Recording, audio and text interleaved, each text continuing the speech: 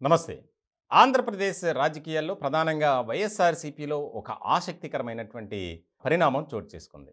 ఇప్పటికే సీఎంఓ నుంచి కొంతమందికి ఫోన్‌లు వెళ్ళటం, మీరు తాడేపల్లికి రావాలి, మీతో మాట్లాడాలి అని గత నెల రోజుల నుంచి ఇదే పంచాయతీ నడుస్తుంది. ఇలాంటి క్రమంలో కొంతమంది వస్తున్నారు, మాకు ఈసారి ఒక్క అవకాశం ఇవ్వండి అని చెప్పి ప్రాధేయపడుతున్నారు. ఇదే క్రమంలో కొంతమంది వ్యతిరేకతతో కూడా మాట్లాడుతున్నారు. ఇలాంటి సందర్భంలో ఒక ఎమ్మెల్యే వైఎస్ఆర్‌సీపీ అధినేతపై ఆగ్రహాన్ని వ్యక్తం చేశారు. ఆయన ఎవరో కాదు, తిరువూరుకు సంబంధించినటువంటి ఎమ్మెల్యే రక్షణానిధి. ఆయనకు సీఎంఓ నుంచి ఫోన్ వెళ్ళింది. ఫోన్ వెళ్తే కనీసం ఆయన ఆన్సర్ కూడా చేయలేదు. చాలాసార్లు చేశారట, ఎక్కడా కూడా ఆయన ఫోన్ ఆన్సర్ చేయలేదు. ఆల్రెడీ తిరువూరులో అభ్యర్థిని మారుస్తున్నారు అని 15 రోజుల క్రితం ఒక వార్త అనేది బయటకు వచ్చింది. అప్పటి నుంచి ఆయన పార్టీతో సంబంధం లేనట్లే వ్యవహరిస్తున్నారు. అంతేకాదు, ఆయన అనుచరుల వద్ద కూడా కొన్ని కీలకమైనటువంటి కామెంట్స్ చేశారు.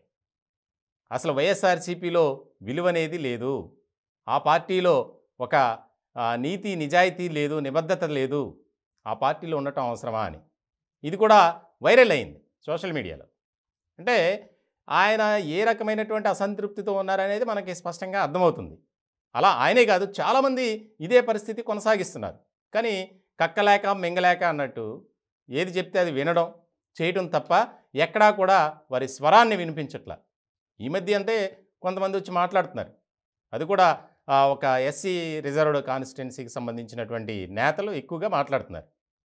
ఇలాంటి నేపథ్యంలో రక్షణానిధి ఒక కీలకమైనటువంటి వ్యాఖ్య చేశారట. బాబు, మీరు వద్దు, మీ పార్టీ వద్దు, నేను తాడేపల్లి గుమ్మం కూడా తొక్కను అని చెప్పి, ఇది తన అనుచరుల దగ్గర అన్న మాట. అనుచరుల ద్వారా తాడేపల్లి ప్యాలెస్కి ఈ న్యూస్ వెళ్ళినట్లు మనం చూసాం. మొన్నటికి మొన్న జొన్నలగడ్డ పద్మావతి ఆ ఎమ్మెల్యేని పిలిచి ఫేస్బుక్ లైవ్లో మాపై చిన్న చూపు చూస్తున్నారు, మా నియోజకవర్గాలంటే చిన్న చూపు, అంటే ఎస్సీ నియోజకవర్గాల గురించి మాట్లాడుతూ ఆవిడ చాలా కొద్దిగా ఘాటైనటువంటి వ్యాఖ్యలే చేసింది ఫేస్బుక్ లైవ్ ద్వారా. ఇలాంటి క్రమంలో మళ్ళీ వెంటనే ఒక పోస్ట్ పెట్టారు, నేను ఆ ఉద్దేశంతో అనలేదని. తర్వాత తెల్లారి కట్ చేస్తే తాడేపల్లి ప్యాలెస్లో ఆవిడ ఉన్నారు. అక్కడ కూడా మళ్ళీ బయటకు వచ్చి మాట్లాడారు, జగన్ అన్న ఏది చెప్తే అదే నేను చేస్తా అని. సో ఇలాంటి క్రమంలో అందరూ ఒక రకమైనటువంటి వ్యవహార శైలి కనబరుస్తుంటే, రక్షణానిధి మాత్రం ఆయన మీరు వద్దు, మీ పార్టీ వద్దు మహాప్రభు, నా దారి ఏదో నేను చూసుకుంటా, నేను రావాల్సిన అవసరం లేదు, నేను రాను కూడా, నాతో ఏం చర్చలు జరపక్కర్లేదని చెప్పి. అసలు అధినేతలు ఎవరు ఫోన్ చేసినా ఫోన్లు కూడా ఆన్సర్ చేయట్లేదట.